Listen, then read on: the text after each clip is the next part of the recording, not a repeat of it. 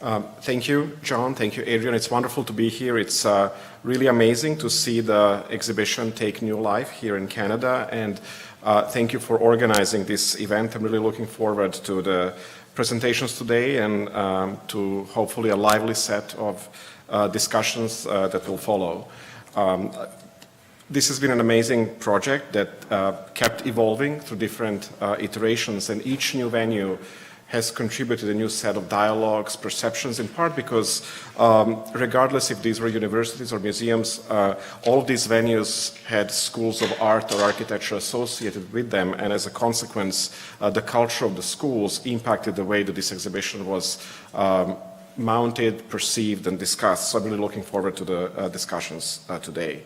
The challenge of the symposium, as I see it, is to think about ambience in the broadest sense of the word. Ambience as a context for architectural production and consumption, but also ambience as an ephemeral social and cultural milieu of architecture. The title of the symposium, of course, meaningfully echoes the twofold meaning of the exhibition title, Drawing Ambience. First, the title of the exhibition, as we envisioned it, records an atmosphere of a drawing, that elusive ambience of drawn marks on paper so well represented in Michael Webb's Temple Island drawing, represented here on the screen and also displayed in the exhibition. This drawing suggests a man in his submersible floating in the river, yet at the same time the drawing defies any conventional categorization or explanation. It is indeed a reflective, discursive device, or we can say an architecture and ambience in its own right. Yet the word ambience also recalls the actual spaces in which these drawings were originally displayed and debated, a space of reflection so powerfully represented here in an image of a gallery visitor to Michael Webb's 1987 exhibition at the Architectural Association. With a person deeply immersed in the ambience of a single drawing, the image also shows quite well an ambience of an entire school, its recognizable fireplace and a mantel, icons of the school's international brand and its profile as a hub of architectural experimentation of the time. This ambience was skillfully pitched by Boyarsky in his invitation to prospective exhibition visitors. When Boyarsky invited Webb to exhibit at the AA, he suggested the members' room, shown here, as the appropriate venue for the exhibition, quote, with the chandelier, the 18th century fireplace, and the newly refurbished Adams Brothers ceiling, and with its view of the Bedford Square and the copper dome of the British Museum in the distance, the members' room is a perfect place for this exhibition, end quote. In order to understand this particular development of the ambience at the AA and beyond, I would like to look back into history. I would like to contribute to this discussion by contextualizing the exhibition and the word ambience itself within Boyarsky's early work that occurred between 1957 and 1971. He is shown here in the late 1960s with his wife Elizabeth, wandering the Carnaby Street in London and buying postcards, one of his favorite collecting activities to which I will return throughout this presentation. The time period starts with the moment when he came to Cornell University to study with Colin Rowe, and ends at a time when he lived between Chicago and London and became the chairman at the AA. This early work forms a foundation for Boyarsky's later reform at the AA between 1971 and 1990, a period that is so well covered in the exhibition and the associated catalog. This early period offers important clues as to how Boyarsky branded the AA as a space of, in his own word, ambience and alchemy, a unique approach to pedagogy that merged teaching, exhibiting, and publishing of architectural ideas that allowed Boyarsky to act not only as a manager of a single school, but also as a cultural producer at large. In empowering architects to produce drawings and texts, he ushered a new postmodern and not so postmodern culture within the entire discipline, creating an international culture of image display and exchange that we continue to experience even today. So we're going back in time to 1960. Quote, I learned a rather nice word the other day from an American anthropologist, culture shock. It's what Zulus get when they come to London, or the English when they go to Iowa. My dear Elizabeth, you're destined to suffer from it all your life. You had it in Montreal, in Ithaca, now in Eugene, and you will have it just as badly when you get back to London. These were the words that Colin Rowe wrote to Alvin and Elizabeth Boyarsky in October 1960. These words are important because they suggest a shared sense of displacement that Boyarsky felt and the Boyarskys felt, but at the same time, their mentor Colin Rowe as well. The intersection between Boyarsky and Rowe in the 50s was significant because it allowed Boyarsky to shift from a modernist-trained architect at McGill University, where his favorite book was Space, Time, and Architecture by Siegfried Gideon, to an architect who started to embrace different type of historical and postmodernist tendencies. On the invitation of Colin Rowe, he actually started to research the architecture of Camillo Sitte, a very peculiar Viennese architect at the beginning of the 20th century who really, throughout his work, resisted the different forms of modern urbanization. He's most well known for his book on the city building, a form of or approach to urbanism that's not based on rational empirical data of urban planning, so to speak, but looks at urbanism as a historical, contextual, and a poetic device within which architecture operates. And the book is well known for these numerous examples of Italian cities, for most part, that act as little tiny postcards and icons throughout the book to speak about the poetics of urbanism. Through his work and through his study of Camillo Sitte, Boyarsky actually acknowledged and embraced a larger cultural trajectory, which I think is important to understand as a way to understand also what he did at the A as a larger sort of cultural device. He wrote his thesis on Sitte, and in that thesis, he recalled a couple of different identity categories that will also resurface about 15 years later in the writings of Colin Rowe himself. In The Collage City, Colin Rowe wrote about hedgehogs and foxes as two important identity categories, and he assigned those categories to architects. He borrowed them, of course, from noted writings of Isaiah Berlin. And in his Collage City, Rowe said, quote, "The hedgehog knows one thing and the fox knows many things." And sort of slowly throughout his essay and later a book, he sort of argues for foxes as a very adaptive identity category that architects can assume. As examples of hedgehogs, he uses Plato, Dante, Dostoevsky. For foxes, he sees Aristotle, Shakespeare, Pushkin. In terms of architecture, Rowe saw Le Corbusier as a hedgehog urbanist, but also a wonderful fox architect, someone who is really able to adapt his architecture to a particular constellation of a time and place.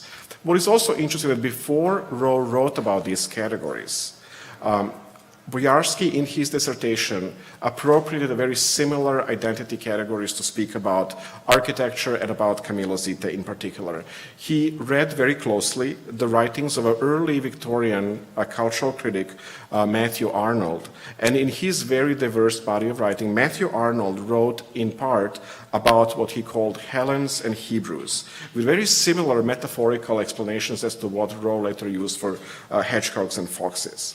Hellenes were the people driven by one large, big idea, or modernist, so to speak, and Hebrews were those driven by multiplicity of ideas, rules, and piecemeal approach to life, urbanism, or architecture, and so on. And in his explanation of Camillo Sitte, Boyarsky actually used the analogy of a Hebrew or someone who works with a sort of very detailed, very contextual approach to urbanism to develop a very particular approach to architecture. So this idea that you use sort of cultural identity and close reading of books to sort of define a form of architectural criticism was really what marked that very early period of Boyarsky's work under Colin Rowe.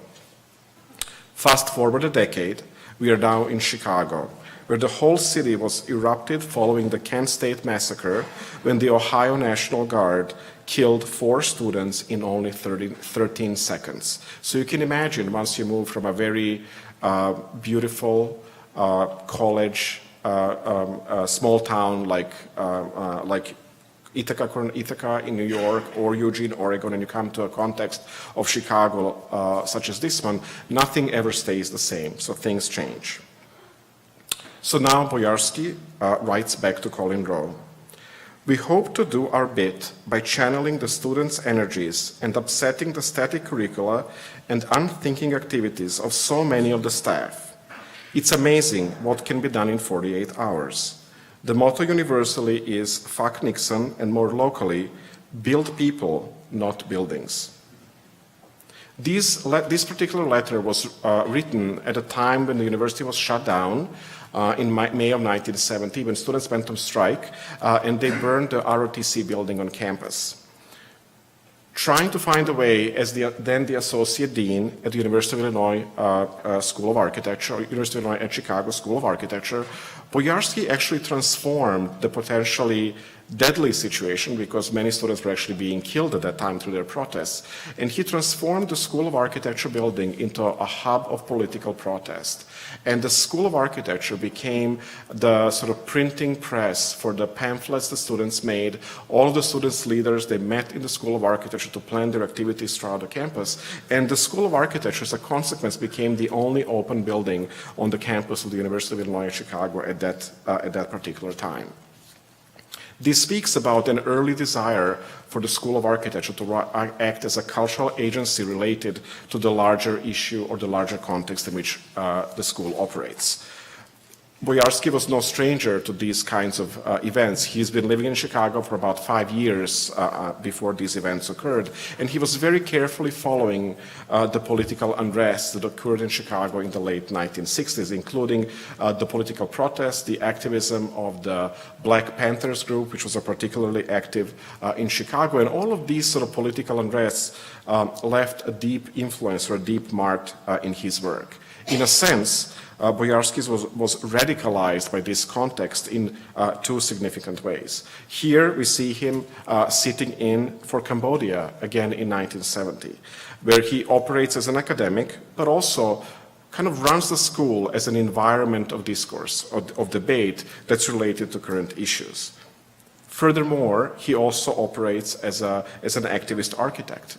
It is probably little known today that he had a very small practice in Chicago with Robert Adams, and they ran a couple of community workshops with different communities and neighborhoods in the city of Chicago, in particular in West Garfield Park, which was an impoverished African-American community at that time, where both Adams and Boyarsky worked with the community to really redefine the planning initiatives that the city was trying to undertake in this particular neighborhood. And finally, and perhaps most importantly, he continued to operate as a historian and critic, which is what he began at Cornell, but also he departed from a very traditional way of writing about history and using the traditional historical methodology to write about the history of the cities. This period is probably most well known for his essay Chicago a la carte that occupies almost the entire issue of the December 1970 special issue of AD of Architectural Design, including the cover page showing a multiple section through the State Street in the city of Chicago. The essay is a natural extension of a postcard collection that he so cherished and developed over a number of years. A postcard collection that was developed through his own purchasing of postcards in different markets around the world, but also postcards sent to him by very close friends and collaborators. And this is, for example, just an example of a funny postcard with those giant fruits sent by Dennis Crompton to Alvin Boyarsky, or this particular one sent by Nicholas Morgenthaler, a colleague at one point at the University of Illinois at Chicago, referring to the sort of hopelessness of a political climate of American universities and referring to one of the schools, UIC, actually as a Titanic in the lake. But also there were many postcards that he purposefully bought and collected that spoke about a history of Chicago not through glorious iconic images, but through industrial images, images of economic production, and that he used to basically reconstruct the architectural history of Chicago by other means. And this is a famous hog-killing device that was used in Chicago widely in the 19th century to revolutionize the meatpacking industry, or even the contemporary developments such as the highways, the airports. All of these feature very prominently in his essay. He calls the O'Hare Airport the Versailles of the city of Chicago. So the essay, in a sense, unfolds as a series of free-floating postcards, a menu of postcards that go from one topic to another, a traveling documentary that goes both through time as well as through space. It is also based on extensive use of quotations, and one of the major chunks in the essay is occupied by long excerpts from Upton Sinclair's novel The Jungle, which depicted very vividly the working conditions in the meatpacking industry on the south side of Chicago. The image with the cattle on the upper right-hand side is actually where the IIT School of Architecture and Crown Hall sit right now. So it couldn't be further away from the kind of iconic way that we perceive modern architecture today. There's a lot of appreciation for travel, for airports, for distractions and displacements brought about by the airport, and in particular O'Hare Airport, the busiest airport of that particular time, or for the kind of architecture that's maybe modern but outside of the modernist canon, including Bertrand Goldberg Marina City, which is bold in the way that it actually encompasses both railroad tracks on the lower level, marina, and then the car park on the first 18 floors of the tower. But realizing the limitations of a postcard as a medium, which is oftentimes purely reflective of the sort of economic conditions of a particular place, Boyarsky uses newspaper clippings that speak about the political climate of the time to juxtapose them with sometimes idyllic or heroic images of these particular sites. Ultimately, this essay serves two important purposes. One, it attempts to formulate Boyarsky's ideas about urbanism, where he separates economic, infrastructural, and social layers of the city to develop a loose narrative that does not aim to any single trajectory. It is a historiographical departure from both modernism city planning and Rowe's urban design and its city building. Rather, the whole essay is a cacophony of voices that act as a montage of urban snapshots that come in and out of focus through relentless use of postcards, an early sign of the importance that the visual imagery would come to play in his later work at the AA. Yet, this rotating menu of postcards also foreshadows his pedagogical work, suggesting the offerings of the unit system of the teaching studios at the AA, or even the menu of events and exhibitions at the AA that would start to unfold very soon after this essay was published, but not quite immediately.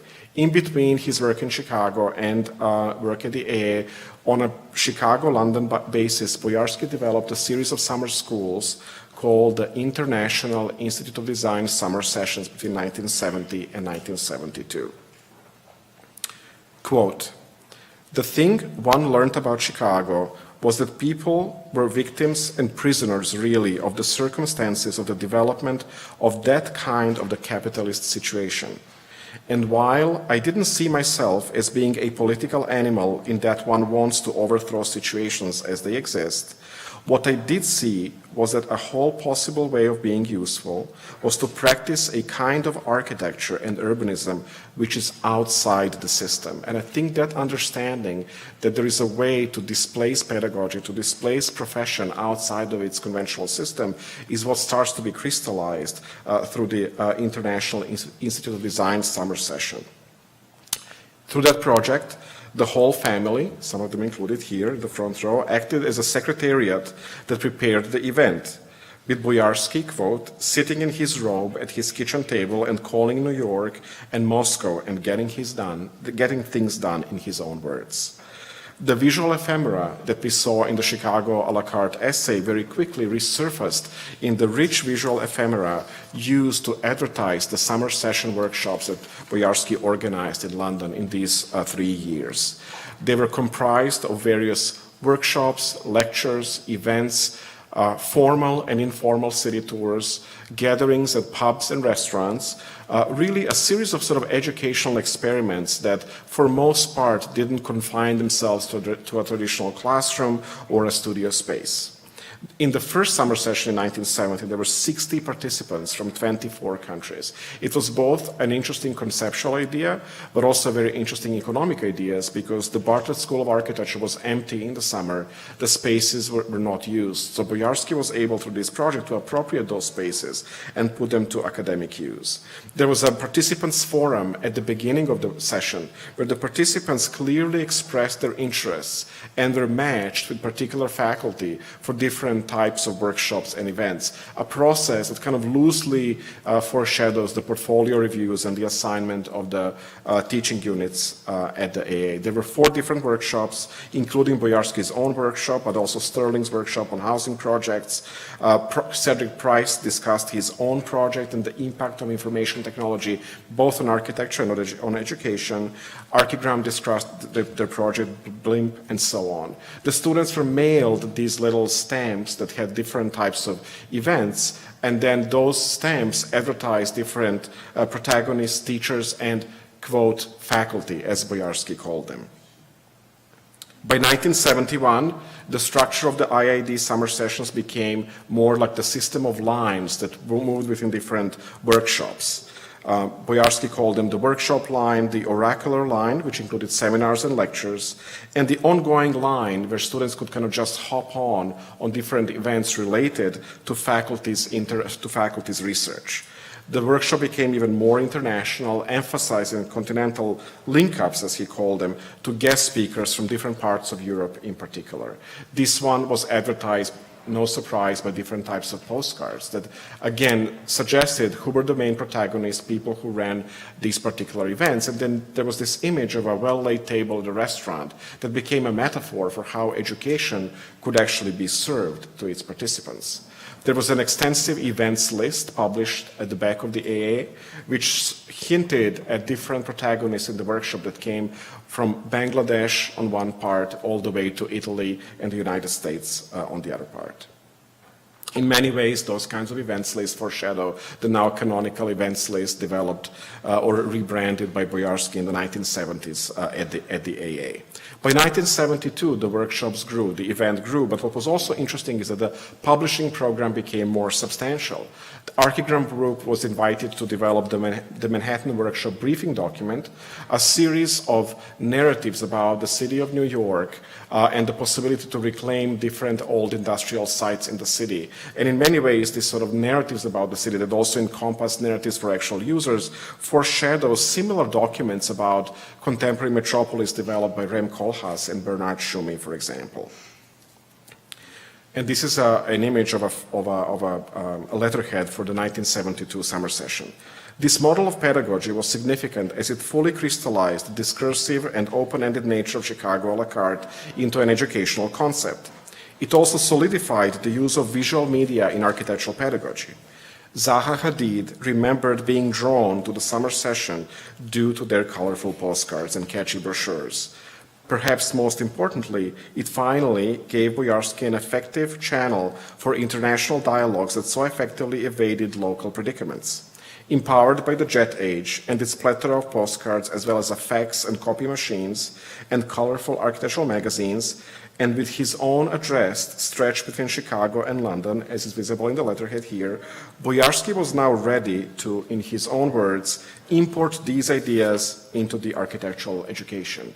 But when he came to the A in the 1970s, he really found remnants of a completely different school. For almost a century, the school was immersed in a modernist pedagogy, perhaps best exemplified by the famous, neat, clean diagram introduced by Walter Gropius in the 1920s of the Bauhaus and then revamped by Mies van der Rohe in the 1930s, where education was a very well-planned endeavor. One moves through studios and courses in a clear structure, which we oftentimes call curriculum.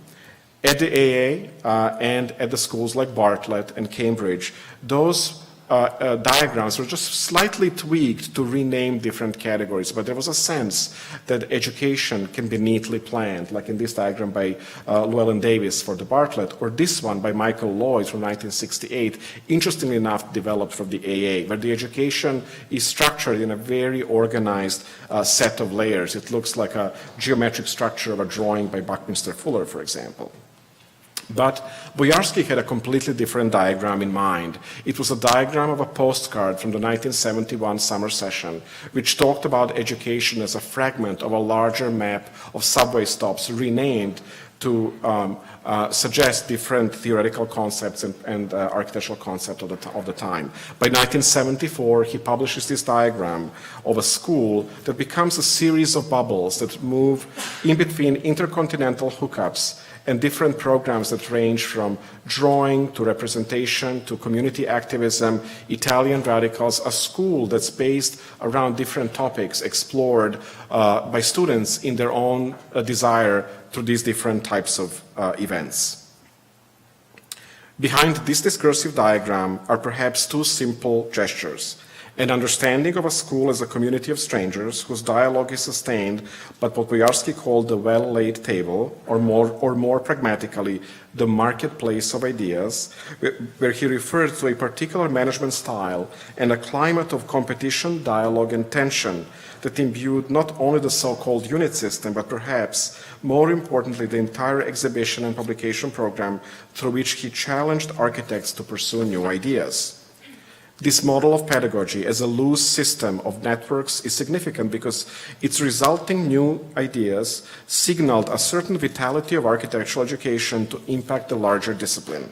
In thinking of education as an international dialogue, Boyarsky effectively abandoned not only national confines, but also all the professional measures of state regulation and accreditation. While he continued to pursue some form of these validations at the AA, they really became irrelevant in the school's everyday life and were fully eclipsed by the blossoming program of workshops, exhibitions, and publications, a move that not only strategically positioned one man and one school within an emerging marketplace of ideas, but also enabled the whole discipline to think of itself as a truly international cultural force. And indeed, this diagram of a school could be also seen as a diagram of the world, or a kind of a tweaked world's map. While we continue to live in this international ambience even today, and this very event and its many accents is a sure sign of that internationalism, we are also reminded how Boyarsky's playful AA diagram and the drawings on the wall in the gallery are different from our own present time. His was a time when we were not so much concerned with the production of architecture as we were concerned or immersed in the international production of discourse about architecture. Nowhere else is this internationalization of architecture more evident than in a single drawing in this very exhibition, Zaha Hadid's World, which contains miniature reproductions of her projects in Dublin, Paris, London, Hong Kong, and so on, representing an imaginary world of her global projects to date, a world neatly drawn but also distorted and chaotic. This image is a powerful testament of a certain global economy, but also a sincere desire to conquer and skew that economy through drawing. Hadid has always claimed that her twisted forms were a direct byproduct of her fierce drawing practice at the AA and the endless overlays of mylar that she used for her student projects at the school. This drawing is also a trace of international dialogues. Hadid frequently recounted the AA postcards when she first saw them in 1972. She also recalled Boyarsky's lively and unapologetic Chicago lecture. She credited her own restless spirit in part to these Chicago lectures by Boyarsky and her encounters with him. In her recent talk in Chicago for the biennial on the last fall, she recalled a moment when she and her classmates rebelled over the boredom of the first-year studios. They approached Boyarsky. Quote, "He laughed at us," end quote, said Hadid. But in the end, Boyarsky understood what we were trying to do and helped the students create a teaching unit that they really wanted. Quote, "It gave us the idea that if you want something, you can actually get it. That even as students, we had some sort of control over our own destiny," end quote. Hadid's haunting words indeed materialize Boyarsky's own revolutionary stance toward education and the fact that as postcards from Ithaca, Chicago, and London became articulated as communicational and educational devices, they erased any traces of curriculum diagrams that he dreaded so much. With neat curricular lines and layers fully dissolved, both visually and conceptually, Boyarsky had one final thought to offer. A thought with which I will leave you today before turning it over to Nicholas to play it yet again in another iteration and in Alvin's original voice. Quote, "I've always felt that curriculum is a horrific thing. The opposite of that is a kind of anarchy, which I believe in wholeheartedly." Thank you.